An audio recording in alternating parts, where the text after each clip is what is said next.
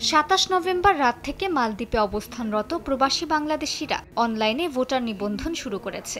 দীর্ঘদিনের দাবি পূরণের আনন্দ থাকলেও কারিগরি জটিলতা, ধীর গতি, এনআইডি সমস্যা এবং প্রযুক্তি জ্ঞানের অভাবে অনেকেই সমস্যায় পড়ছেন। এই পরিস্থিতি সমাধানের জন্য হাইকমিশন মতবিনিময় সভা আয়োজন করেছে। নিবন্ধিত হওয়ার বিষয়ে আলাপ আলোচনা হয়েছে। আমরা অনেক কিছু প্রশ্ন করেছিলাম, ওনারা এই প্রশ্নের উত্তর দিয়েছে এবং কি অনেক কিছু আমাদের অজানা ছিল, সেটাও আজকে আমরা জানতে পেরেছি। আমরা আশা করি যত দ্রুত সম্ভব এগুলা যেন সমস্যার সমাধান হয়। এইগুলো সমস্যার সমাধান হলেই আমরা প্রবাসীরা রেজিস্ট্রেশনটা করতে পারবো।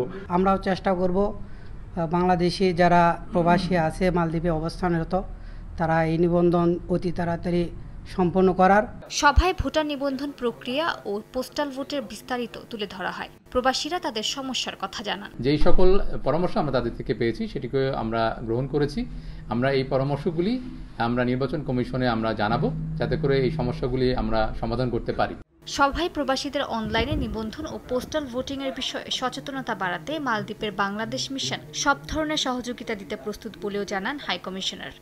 এখন হয়তো যে সমস্যাগুলো হচ্ছে, আশা করি পরবর্তী ইলেকশনে এই সমস্যাগুলো হবে না। হ্যাঁ, আমরা আমাদের জায়গা থেকে হাই কমিশনের জায়গা থেকে আমরা সর্বোচ্চ চেষ্টা করব যে সবাইকে এই জিনিসটা রিচ করানো, বলা যে দেখেন এইভাবে করতে হবে, এইভাবে হবে। তারপর আমরা এই আপনারা যে প্রশ্নগুলো করেছিলেন তার আগেও কিন্তু আমরা এই বিষয় নিয়ে আলোচনা করেছি। এই জন্য আমরা কিছু প্রশ্ন কিন্তু কমন নোট ডাউন করেও রাখছি। মালদ্বীপে প্রায় লাখের অধিক প্রবাসী বাংলাদেশের বসবাস, আর এই প্রবাসীরা যেন তাদের ভোটাধিকার প্রয়োগ করতে পারেন সেই বিষয়ে আরও সচেতনতা বাড়াতে বাংলাদেশ কমিউনিটি নেতৃবৃন্দকেও এগিয়ে আসার আহ্বান জানায় হাইকমিশন। সময় সংবাদ, মালদ্বীপ।